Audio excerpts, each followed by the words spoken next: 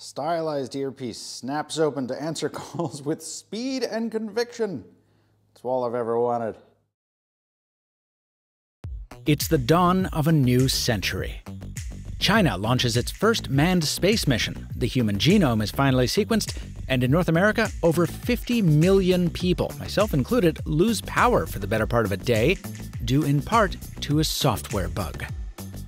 In short, technology has woven its way into so many facets of our lives that movies like The Matrix Reloaded are coming out to critique and, yes, consumerize that infestation. The year is 2003. The device is the Samsung Matrix phone, and this is episode 1 of When Phones Were Fun.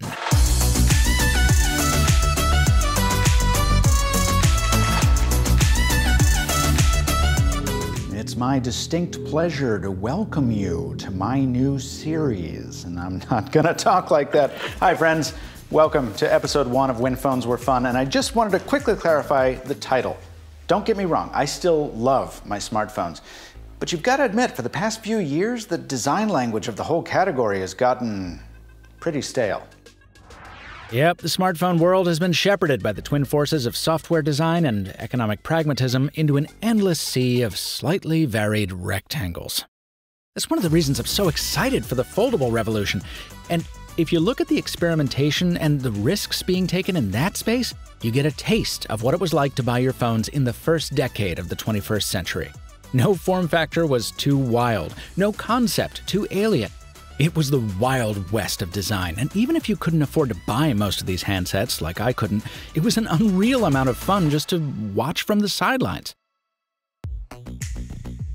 Now, even against this backdrop, the Samsung SPH-n270 was an anomaly. See, this isn't just a throwback device. It was envisioned and produced as a collector's item, built by a Samsung that was still on its way to becoming the global tech Goliath it is today. The Samsung of 2003 still had to contend with fierce competition from companies like Nokia, which of course had famously used the original Matrix film to make an icon of its 8110 cell phone. Well, by inking a $100 million product placement deal with Warner Brothers for the sequel, Samsung not only bumped Nokia out of the movie entirely, it worked together with the film's designers to create a brand new phone that would not only serve as a prop, but could also be sold to real people for, at the time, real money. Dodge that. Of course, jumping from 2003 to 2020 means the money only gets realer, and I had to drop a pretty penny to secure this one from eBay. Fortunately, though, the listing was accurate, the shipping was quick, and the phone is here. So let's unbox it. Okay, I've waited 4 or 5 days to get into this thing, and if I've waited that long, I can wait 20 more seconds to show you some of this period-specific accoutrement. Pinback, hot heat. Great times. This is a period-specific Yankee candle. Smells like honeysuckle. Oh, that takes me right back to my first apartment in Virginia Beach. And these are Samsung smartphones from the period. Will come into play later as well, but let's have me stop talking.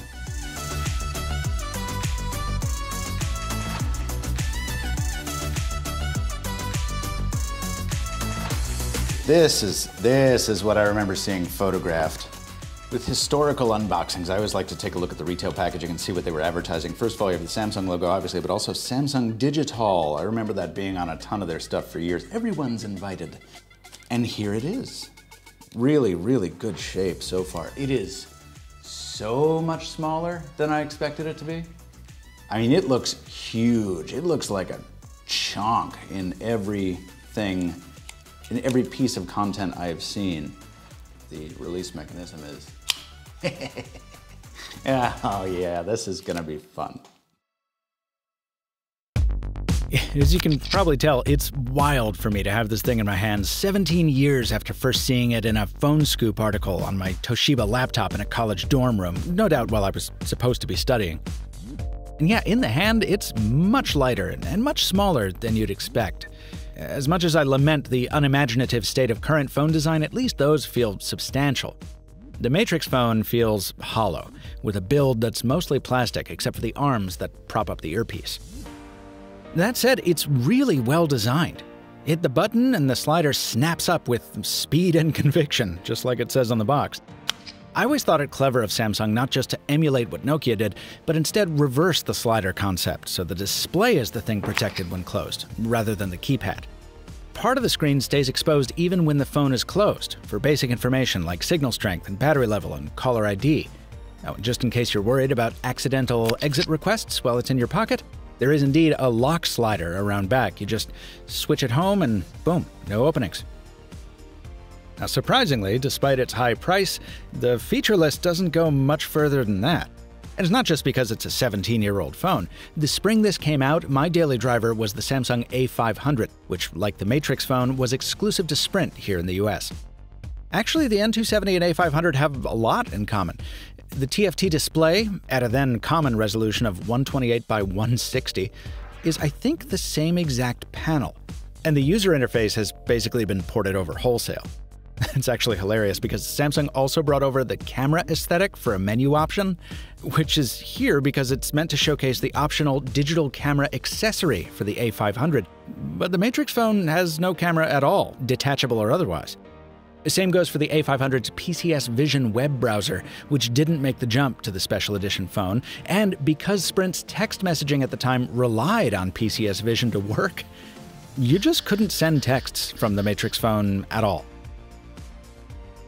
Now, folks, I very much wanted to get the phone activated for this video so I could at least make a few calls, but sadly Sprint stopped activating phones of this vintage in the spring of 2019. The most I could do was make a call to customer care, and boy, compared to our modern voice over IP, this call quality was not great. Problems and are unable to process your call. Please try again later. Well, at least I got to do that. No speakerphone either. Those didn't become standard until a couple years later. But from most of the user reviews I've read, it was a delightful phone for the time, with strong reception despite the rare internal antenna. Some fella in Canada loved his so much, he found ways to keep it alive until 2012. And if you make a lot of calls, you can see why. This was one of the first phones to feature speaker-independent voice dialing, which lets you just say a name to dial without having to train it first. Commands, please. Oh, and despite the lack of a camera, you could assign an image to a contact for caller ID purposes. This came over from the A500 as well. I have fond memories of getting a call from my friend Courtney and having this cat face pop up for some reason. Yeah, 2003. Good times. Finally, how was it as a movie tie-in? Well, over the years, I've seen people come down on this phone for not being an exact one-to-one match for the prop seen on screen, but honestly, I think that's picking nits.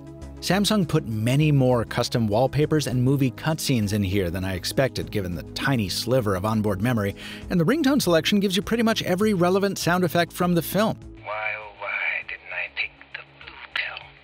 The attention to detail goes down to the OCR font on the keys and the green backlighting behind them, working together with those animated wallpapers to evoke the ominous digital rain code the titular Matrix is built on.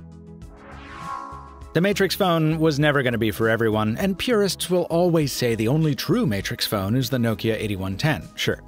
But to me, the N270 is much more interesting.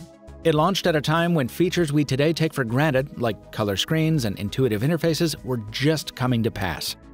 The A500, which preceded it, solidified Samsung as a manufacturer that could deliver a small and powerful cell phone to American buyers. The A600 that followed proved that Samsung could deliver the same package with a camera inside. And in between those two, the N270 Matrix phone showed that Samsung wasn't content to do these things quietly. It was all finally starting to come into focus, back in the days when phones were fun. Folks, if you're as interested in this era of smartphones as I am, check out Samsung Rising by Jeffrey Kane, which has a ton of anecdotes from exactly this period. This isn't an ad, it's just a recommendation. And to close us out, a request. That SPH A600 I mentioned a second ago, it was one of the first camera phones to come to the States, and it was my first camera phone. I very much want to cover it on a future episode, but I can't find one anywhere. If you have one in good shape that you'd be willing to let me borrow, please drop a line in the comments. And also, if you have a specific request for a model you think is fun, and I mean fun, no Galaxy S or HTC One, I'm thinking 1999 to like 2009, drop that down there too.